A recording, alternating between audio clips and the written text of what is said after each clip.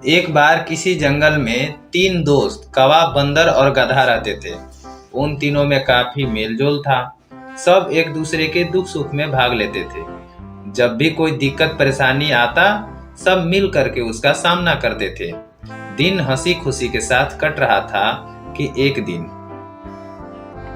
चलते चलते थक गया हूँ, अब चला नहीं जाता, थोड़ा विश्राम कर लेता हूँ। कहाँ से आ रहे हैं दादा? बहुत थके लग रहे हैं। हाँ बच्चा, बहुत दूर से आ रहा हूँ ना। इधर आइए, इस गरीब की कुटिया में थोड़ा विश्राम कर लीजिए। हाथी विश्राम करने लगता है और तीनों साथी मिल करके उसका खूब आवाभगत करते हैं। मैं तुम लोगों की मेहमानबाजी से काफी खुश हूँ। क्या तुम लोग यह जानना चाहते हो कि मैं कहाँ से आ रहा हूँ? हाँ, हम लोग जानना चाहते हैं कि आप कहाँ से आ रहे हैं। मैं जादुई तालाब में स्नान करने गया था। ये जादुई तालाब क्या है दादा? बच्चा, इस तालाब में स्नान करने के बाद जो चाहो प्राप्त हो जाता है। क्या मैं स्नान कर लूं और बुद्धि मांगू तो मिल जाएगा? हाँ भाई, जरूर मिलेगा, पर अपनी मनौती मांगने के बाद 3 बार डुबकी लगाना पड़ेगा। यह जादुई तालाब है कहाँ? इस जंगल के दक्षिण दिशा में दूसरे किनारे पर है। यह सब बात बताकर हाथी चला जाता है। तीनों दोस्त भी उस जादुई तालाब में स्नान करना चाहते तो हैं, पर आपस में कोई भी चर्चा नहीं करते हैं ताकि वे इस जंगल का राजा बन सके। मैं इस जादुई तालाब में स्नान करके दुनिया का सबसे बुद्धिमान प्राणी बन जाऊंगा और इस जंगल पर राज करूंगा। मैं जादुई तालाब में स्नान करके दुनिया का सबसे शक्तिशाली प्राणी बन जाऊंगा और इस जंगल पर राज करूंगा। मैं जादुई तालाब में स्नान करके दुनिया का सबसे धनी प्राणी बन जाऊंगा और अपना सब काम नौकर चाकर से करवाऊंगा। तीनों दोस्त एक दूसरे को बिना बताए जादुई तालाब में एक एक करके स्नान कर लेते हैं। कौवा बुद्धिमान होने का वरदान मांगता है, बंदर सबसे शक्तिशाली होने का, और गधा स्नान करके जंगल का सबसे धनी जीव बन जाता है। जादुई तालाब से जादुई शक्ति पाने के बाद तीनों अलग अलग रहने लगते हैं और तीनों में अहंकार आ जाता है। बंदर अपनी शक्ति से जंगल के जीवधारियों को खूब सताता है। कौवा अपनी बुद्धि से जो उसकी बात नहीं मानता उसे आपस में झगड़ा करवा देता है, तथा गधा अपने धन के बदौलत अपने नौकर चाकरों से कमजोर लोगों पर खूब अत्याचार करता है। जंगल के सभी जानवर उन तीनों के आतंक से काफी परेशान हुए। राजा साहब, इन तीनों का कुछ कीजिए, नहीं तो हम लोग इस जंगल को छोड़कर चले जाएंगे। क्या करूं मंत्री, इन लोगों की ताकत के सामने मैं विवश हूँ। एक उपाय है, अगर किसी प्रकार तीनों आपस में लड़ जाएंगे तो हमारा काम हो जाएगा। वो क्यों लड़ेंगे? वे लोग आपस में दोस्त भी तो हैं।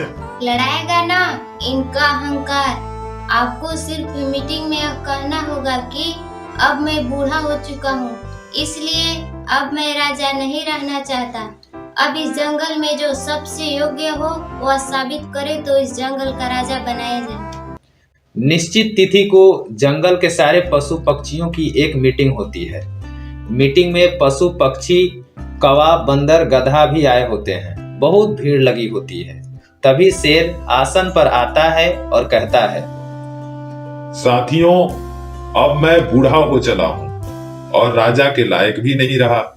मैं चाहता हूँ कि इस जंगल बिना राजा के न रहे। इसलिए जो भी पशु अथवा पक्षी राजा बनने के लिए सबसे काबिल होगा, वह इस मंच पर आए और भीड़ के सामने यह साबित करे कि वह इस जंगल में राजा बनने के लिए सबसे उपयुक्त है, तो उसी को राजा बना दिया जाएगा। मेरे पास अथाह धन है, मैं आप सबको सुखी रख सकता हूँ। मेरे पास नौकर हैं, चाकर हैं, किसी का कोई कमी नहीं है। जो चाहेंगे झट से काम हो जाएगा, इसलिए मैं राजा बनने योग्य हूँ। अरे बैठ बुड़बक, धन से क्या होगा? यदि कोई तुम्हारे राज्य में आक्रमण करेगा तो तुम दुम दबाकर भाग जाओगे। साथियों, मैं इस जंगल का सबसे शक्तिशाली प्राणी हूँ और मैं आप लोगों को सुरक्षित रख सकता हूँ। इसलिए राजा बनने का प्रबल दावेदार मैं हूँ। बिना बुद्धि का ताकत किस काम का बंधु? साथियों, मैं इस जंगल का सबसे बुद्धिमान प्राणी हूँ। मैं आप सबको बुद्धि के बदौलत खुश रख सकता हूँ तथा उन्नति करा सकता हूँ। इसलिए राजा बनने का सबसे प्रबल दावेदार मैं हूँ। इसी प्रकार तीनों आपस में लड़ने लगते हैं। बंदर कौवा का पैर तोड़ देता है और कौवा बंदर तथा गधा में मुठभेड़ कराकर झगड़ा करवा देता है। गधा अपने लठैतों से बंदर का पूंछ कटवा देता है और बंदर मार मार के गधा का पैर तोड़ देता है। फिर मीटिंग भंग हो जाती है। खाली बुद्धि से कुछ नहीं होगा। अब चलते हैं। अब की बार जादुई तालाब से धन तथा ताकत दोनों मांगेंगे। फिर देखते हैं जंगल का राजा बनने से कौन रुकता है। केवल धन से कुछ नहीं होगा। अब की बार जादुई तालाब में स्नान कर ताकत तथा बुद्धि मांगता हूँ। फिर देखता हूँ कि मैं जंगल का राजा कैसे नहीं बनता। इस जंगल का राजा बनने के लिए केवल शक्ति होने से काम नहीं चलेगा, बुद्धिमान और धनी भी होना चाहिए। और आज बुद्धि और धन होता तो मेरे सामने न तो कौवा टिकता और न ही गधा। इसलिए मुझे एक बार फिर से जादुई तालाब में स्नान करना पड़ेगा तथा धन और बुद्धि मांगना पड़ेगा। तीनों दोस्त बारी बारी से जादुई तालाब में जाकर फिर से स्नान करते हैं और अपनी मनौती मांगते हैं। हे जादुई तालाब, मुझे इस जंगल का राजा बनने के लिए बुद्धि और ताकत की जरूरत है। कृपया मुझे बुद्धि और ताकत दें। मंत्री, मेरा तौलिया देना तो। कहाँ सब लोग मर गए? एक पैसा भी नहीं दूंगा किसी का। अरे मेरा सारा धन कहाँ हो गया इस जादुई तालाब में? इस जादुई तालाब में दूसरी बार स्नान कर रहे हो क्या? हाँ बहन, हम दूसरी बार ही स्नान कर रहे हैं। हाँ, तो पहली बार में जो ताकत मिला था ना, दूसरी बार स्नान करते वह सब गायब हो जाता है। तब तो बहुत गलती हो गई। मुझे लोभ नहीं करना चाहिए। हे जादुई तालाब, मुझे आपने ताकत दिया था, अब मुझे धन और बुद्धि भी चाहिए। थोड़ा इस पत्थर को अलग कर देता हूँ। अरे यह तो हट ही नहीं रहा। मेरा ताकत इतना क्यों घट गया? कहीं ऐसा तो नहीं कि जादुई तालाब में दूसरी बार स्नान करने से ऐसा हो गया? ओहो, मुझे लोभ नहीं करना चाहिए था। ऐसा करके मैंने बहुत बड़ी गलती किया। हे जादुई तालाब, आपने मुझे बुद्धि तो दिया, लेकिन बिना धन और ताकत के यह सब बेकार है।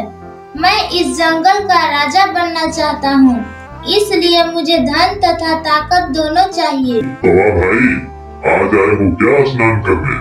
हाँ दादा, दूसरी बार स्नान कर रहा हूँ। तब तो जो शक्ति तुम्हें मिली थी ना, वो अभी समाप्त हो गई होगी। नहीं, ऐसा है क्या? हाँ भाई, ऐसा ही है। चाहो तो तुम चेक कर लो। तब तो बहुत ही बड़ी गलती हो गई। अब कैसे होगा? अब जैसे पहले जीवन जीते थे वैसे ही जीवन व्यतीत करो। अब तो मेरे साथी भी नहीं रहे। उनसे जाकर मिलो तो। अगर लालच उन लोगों ने भी किया होगा तो निश्चित ही तुम्हारी ही दशा उन लोगों को भी मिला होगा। फिर कौवा गधा और बंदर से मिलता है। तब पता चलता है कि उनकी जादुई शक्ति भी जा चुकी है। वे तीनों फिर एक बार मिल करके रहने लगते हैं।